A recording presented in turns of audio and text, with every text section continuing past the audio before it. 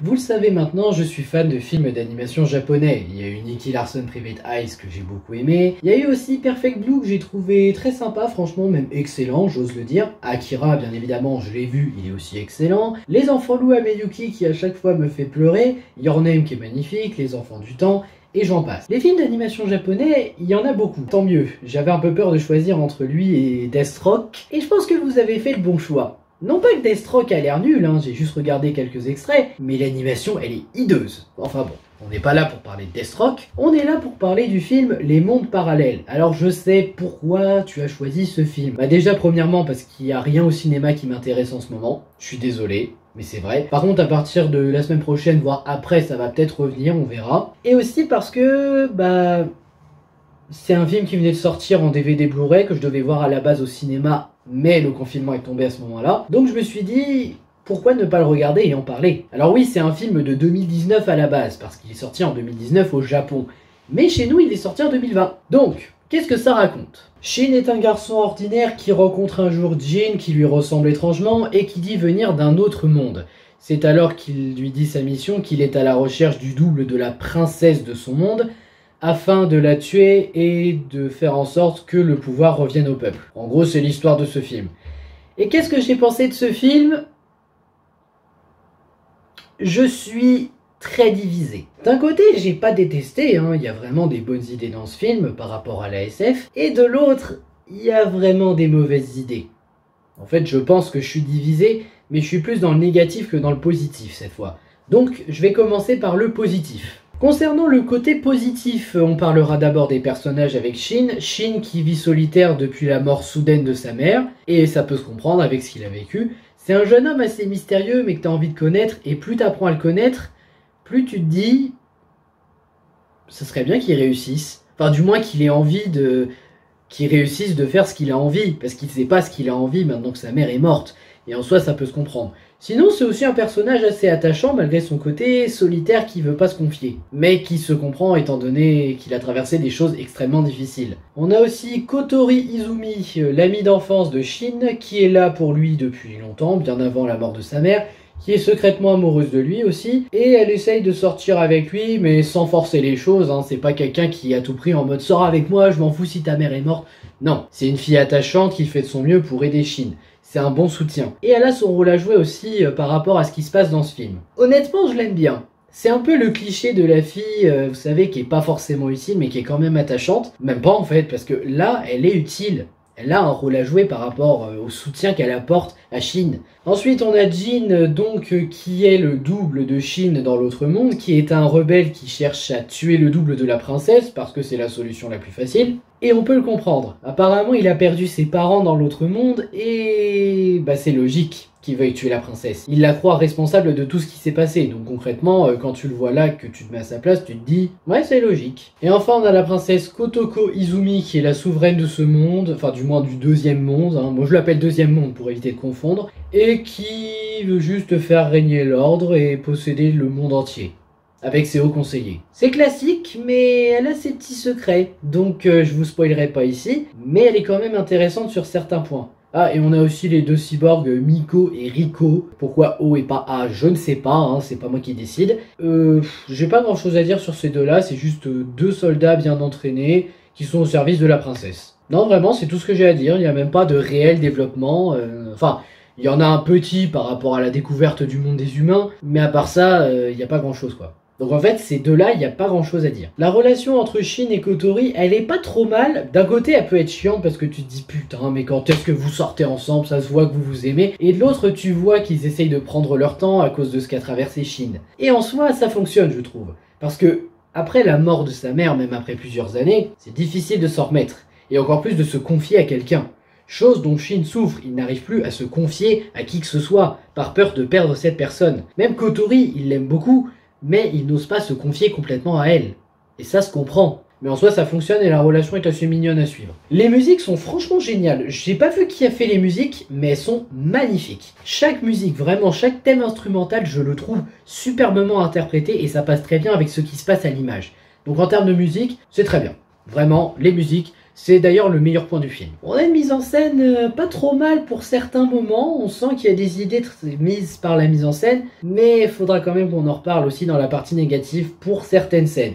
Mais concrètement, dans l'ensemble, la mise en scène s'en sort assez bien. On a de l'inattendu qui marche, hein. J'ai réussi à être surpris à plusieurs moments de ce qui se passe dans ce long métrage, même par rapport aux règles des univers, mais ça j'en parlerai pas ici, j'en parlerai en partie spoil. La tension est pas trop mal, j'ai réussi à avoir peur pour 2-3 personnages, mais pas grand chose en fait. Mais c'est toujours mieux que rien, donc la tension, ça reste assez efficace. Les décors sont d'assez bonne qualité, franchement, que ce soit l'un ou l'autre monde, je trouve que les décors sont très bien travaillés. Les costumes sont sympas aussi, on a l'occasion de voir plusieurs costumes qui sont d'assez bonne qualité. Et voilà, j'ai pas grand chose à ajouter dans le positif. Donc on va passer à la partie négative. Dans la partie négative, je commencerai par quelque chose qui m'a vraiment saoulé. Alors je vais pas vous dire ce que c'est, je vais juste vous raconter la situation. Imaginons que vous venez d'un autre monde, que votre but est de sauver votre monde. Et pour ça, vous devez trouver certaines personnes pour pouvoir les éliminer. Est-ce que vous vous diriez que votre priorité, même venant de quelqu'un qui vous conseille ça serait de faire du shopping? Alors il y en a qui vont me dire oui, c'est possible, s'ils n'ont pas de piste, il faut bien qu'ils se détendent. Sauf que en fait dans ce groupe, il y a 3 personnes qui fréquentent ces gens, qui ont des connaissances là-dessus. Vous ne pouvez pas me faire croire qu'un de ces 3 personnages n'a pas d'indice sur où chercher. Ou du moins, au moins montrer la tête et se dire « Ah, mais je le connais, il est dans tel truc. Je sais pas, mais moi quand j'ai vu ce moment où ils vont faire du shopping, j'étais en mode « Vous êtes sérieux? C'est ça votre priorité? Votre but c'est de sauver l'autre monde et vous allez faire du shopping ?» D'accord. Non mais d'accord, je comprends pas. Même pour le coup d'instaurer de l'humanité, c'est pas le bon moment. Au pire, si vraiment c'était le coup du « Mais on n'a pas d'indice, on sait pas où chercher, on n'a pas de photo, quoi que ce soit. » Ok, mais là franchement c'est exagéré.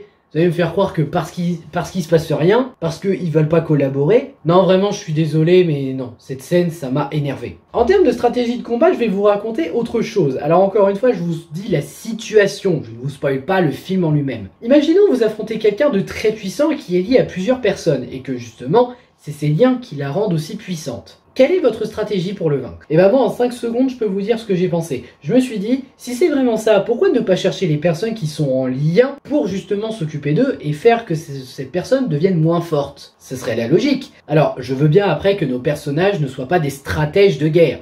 C'est normal. Mais même moi qui ne suis pas un grand stratège de guerre, hein, je suis nul en jeu de stratégie, même moi, vous voyez, j'ai trouvé une bonne idée. Assez simple. Et le pire, c'est que une des personnes peut se le permettre parce qu'elle n'est pas avec le groupe en train d'affronter cette personne. Donc je ne comprends pas pourquoi ça ne lui a pas traversé l'esprit. Et vraiment, même en termes de on n'a pas les communications, j'avoue que j'ai pas compris. Bon, après, là, c'est un peu plus pardonnable que la scène précédente. Mais honnêtement, voilà. Ça a beau donner de l'action assez jolie à regarder pour certains, ce que je peux comprendre. Moi, j'ai pas aimé. J'ai trouvé ce moment con aussi, en fait. Attention, ce critère-là, c'est un goût personnel. Ce n'est pas forcément un vrai défaut, parce que je n'y connais pas assez dans l'animation japonaise, mais j'aime pas du tout l'animation de ce film. En fait, je pense que l'animation japonaise, tout comme Disney, a 2 styles d'animation. La 2D, qui est en dessin 2D, qui est très classique, mais qui marche très bien, et la 3D. La 3D qui offre des visuels chez Disney assez intéressants. Je veux dire, à partir de Réponse, les dessins animés 3D de chez Disney sont beaux. Mais dans le cas de l'animation japonaise, l'animation 3D, je ne la trouve pas très belle. En soi, ça permet une grande liberté d'action, et ça c'est un bon point. Mais de l'autre côté, c'est moche. Je sais pas pour vous, mais moi perso, je ne trouve pas ça très beau. Et surtout, cette animation, ça entraîne beaucoup de problèmes.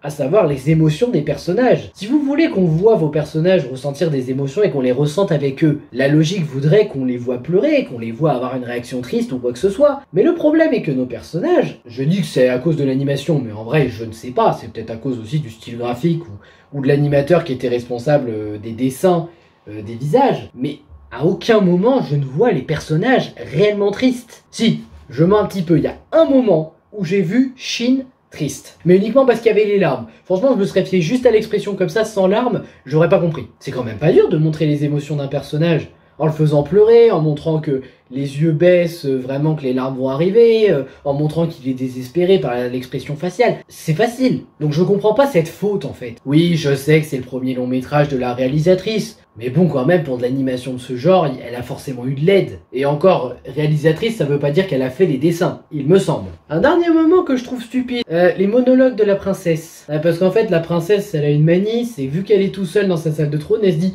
tiens je vais me parler toute seule à voix haute. Alors je ne vais pas vous spoiler, Mais moi, je serais un dirigeant qui n'a pas confiance aux autres, que ce soit ses hauts conseillers ou quoi que ce soit. J'éviterais de parler à voix haute par peur de me faire entendre par ces personnes. Limite, tu peux faire le coup du on entend la voix comme si c'était une voix off, et en fait, c'est ses pensées. C'est un truc très fréquent dans les animés, les mangas et même les films japonais. Et même les films tout court, hein, c'est un truc qu'on a déjà vu dans plein de trucs. Donc là, j'avoue que je n'ai pas compris non plus ce passage. Surtout qu'au final, bah voilà quoi, c'était juste un peu pour forcer. Les révélations, j'ai un petit problème avec, je trouve qu'elles arrivent beaucoup trop tôt. Vous savez, la bande-annonce nous avait vraiment vendu le truc en mode quel est cet autre monde, qui est la princesse, tout ça. Ça l'avait vendu, c'était très intéressant. Et le problème, c'est que cette révélation-là, au bout de, si je dis pas de conneries, 22 minutes de film, elle est gâchée, parce qu'elle est directement dévoilée. Alors, j'ai rien contre le fait que tu dévoiles des choses dans ton film, c'est une bonne idée. C'est même très bien, parce qu'il faut au bout d'un moment que le spectateur comprenne ce qui se passe. Mais dans ce cas précis, je trouve que tu as mis la révélation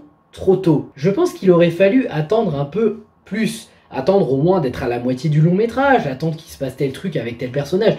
Je sais pas, mais là c'était trop tôt. Bon après c'est un détail et c'est parce que j'ai vu la bande-annonce et que résultat ça rompt la promesse. Mais vraiment oui, j'ai trouvé que cette révélation était arrivée beaucoup trop tôt dans le film. Donc concernant la mise en scène, oui parce que j'en avais parlé en partie positive et je maintiens que c'est de la bonne mise en scène, mais d'un autre côté je trouve qu'elle a pas été assez poussée dans d'autres scènes.